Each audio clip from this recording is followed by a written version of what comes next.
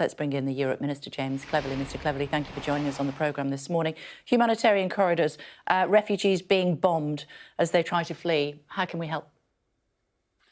Well, we see these images, and of course everybody wants to help in whatever way they can. And we've seen the huge generosity of the British people in collecting things like nappies and food and medical supplies, which are being shipped out to Poland and the Ukrainian border. The government announced, of course, our own humanitarian aid package, 100 million in economic support, over 120 million in direct humanitarian support. And we have, of course, also announced the fact that we will be opening 2 schemes by which Ukrainians can come to the UK, the family reconciliation scheme and also a broader humanitarian scheme. Because we want we'll come to that. We also want to help Ukrainians in that way as well. Yeah. Under what circumstances would we consider, given that we've seen babes in arms being murdered and their mothers as well as they try to flee, under what circumstances would we consider a no-fly zone so the Russians can't do that? Well, this has been discussed at length, and both the Secretary General of NATO, the Prime Minister and others have said that we've got to understand what a no-fly zone means. It would mean that not only would there be Russian aircraft prevented from flying, but also Ukrainian aircraft prevented from flying. And in order to bring a no-fly zone in, it would need to be enforced, and that would almost inevitably mean that we would be engaged directly with Russian aircraft and dragged into this conflict directly, which we've said is not appropriate for NATO. But we are continuing to provide defensive military equipment support to the Ukrainian armed forces. We've seen that be incredibly effective. Those NLAWs, those anti-tank missiles that we have provided and the training that we've given over the years have proven to be really, really effective. But the Secretary General of NATO and others have made it clear that we must not be engaged directly in this conflict. OK. If refugees do manage to get as far as Calais, why aren't we making it easier for them to get into the UK?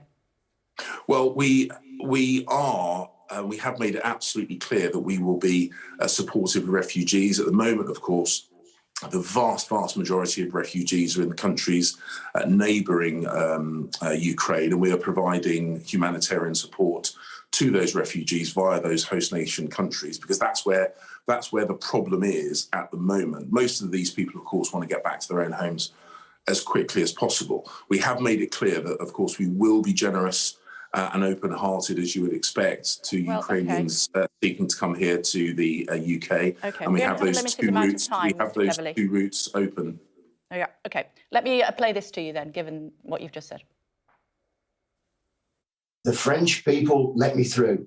They let me through. But then you come to the UK border in Calais, and they said, "I'm sorry, you can't get on a ferry. We'll escort you back up to the office." So we're not making it easy at all, are we? Well, I don't know the details of that particular circumstance, but the UK, we have made it absolutely clear we want to support Ukrainians who are seeking refuge, both those who have family connections here in the UK and indeed those who don't. And over the last 10 days or so, we have seen huge numbers of people leaving Ukraine, fleeing from the conflict. We will, as I say, support them in the places where they currently are, which is typically in the countries bordering Ukraine. But we will, of course, also welcome Ukrainians here to the UK. As I say, Mr. Cleverly, but 13,500 people, we've only got a limited amount of time, Mr. Cleverly. 13,500 people have applied to come to the UK, visa applications so far. One can only imagine how difficult it is to do that in a war zone. We've allowed 50 to be granted. That's not acceptable. Well, you've got to remember that this situation has occurred only over the last couple of days. 1.5 million people have gone into Poland. This situation has only occurred in the last couple of days. Of course, the vast majority of people have just crossed the border into the neighbouring countries. And of course, what we are saying is we are supporting them there. We have allocated hundreds of millions of pounds worth of humanitarian and economic support. We are also going to make sure that we host Ukrainians here in the UK, whether temporarily until they want to go back to the UK. We've got to make sure that we have the processes in place to do that, and those processes. What processes? These people literally are fleeing for their lives. Hey, if you're going to ask questions, you've got to let me answer. You keep saying you're short of time. I've just said we only have a limited amount of time, and you're going off at a tangent. I'm bringing you back. I'm not. I'm explaining. This is what my viewers want to know this morning, Minister, if I may. 13,500 people have asked to come to the UK. 50 have been told that they can. We've just heard from a Brit there who's brought his family. He's in Calais. He can't get across the water. He was welcomed all the way. He wants to come home, and we won't let him. Well, as I say, I don't have details of that. If you pass me the details of that individual case, I'll make sure that we look at that. But we have processes in place whereby people with family here in the UK, and indeed those without family in the UK, can come to the UK. You say that only small numbers have come thus far, and I would remind you that the process has only just started, and the vast majority of people are physically still in the countries neighbouring neighbouring Ukraine. That is where we are providing the support initially, because that's where the problem currently is. We want to help these people, whether they be in Bulgaria, Slovakia, Poland, where a large number of people are, but also we want to help them when they come to the UK. And we have two routes: family reconciliation route and a route for people that don't have family. Both I those think we can agree that 50 people out of 13,500 have been allowed in so far. Those are and facts. that number will, of Let me course, talk grow. to you, if I may, because we only have a limited amount of time, as I said. Number will, of course, grow. Minister, if I may, that number will, of course, grow. Minister, if I may. If you're going to ask me a question, let me answer it. I've asked you several times, and we've gone around the houses on that one. The conversation between the two leaders, both our leader and the leader of Ukraine, we have agreed that we'll send further defensive equipment. What does that actually involve? Will it include fighter jets?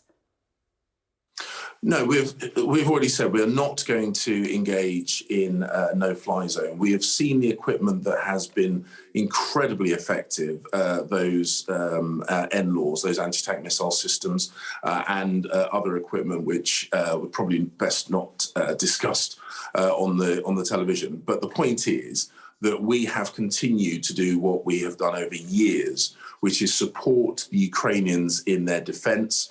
The feedback that we have from them about that has been really heartening. They value that equipment that we have supplied them. It's made a real difference, and we will continue, as part of the Prime Minister's 6-point plan, we will continue to help the Ukrainians defend themselves against this illegal and completely unjustified attack. The Economic Crime Bill in Parliament today. Labour's tabled an amendment to shorten the enforcement to 28 days. I believe presently it's looking like something like 6 months. Is that something that the government will consider? Well, obviously, we are working cross-party to make sure this is as effective as possible. I have to say, in my conversations with the Labour front bench, they have been incredibly pragmatic in their desire to make sure this is as effective as possible. Obviously, we'll see what happens with regard to the amendments. I'm sure there'll be others tabled as well. But the ultimate goal is to make sure that the sanctions that we've already put in place, which are incredibly effective and have had real impact on Russian oligarchs and indeed the Russian economy, are made even stronger still. And we welcome cross-party support in that. The Prime Minister said 275 individuals have been sanctioned, 100 individuals last week alone. Looking at a fact checker, our figures are suggesting that is 15. Which of those figures is correct? Well, your figures are wrong. OK. Why is the Prime Minister's figures correct? 100 individuals, are you sure? Well, we have targeted. Sorry? That's what he said in Parliament, didn't he? Well, as I say, the figures you put forward, I don't recognise those figures at all. We've had a very wide-ranging number, over 200 individuals and entities, over 250 billion pounds worth of Russian economic activity curtailed. Over 3 million Russian companies now longer able to raise finance on the London market. So the fact that Vladimir Putin singled us out for criticism is a badge of honour, and I think that we will see that strengthen even further still. Okay, unfortunately, I do have to go. I told your studio that I have to be clear for another interview I have at 7:20, so I'm afraid I'm going to have to go now. I'm sure. Thank you. Thank you.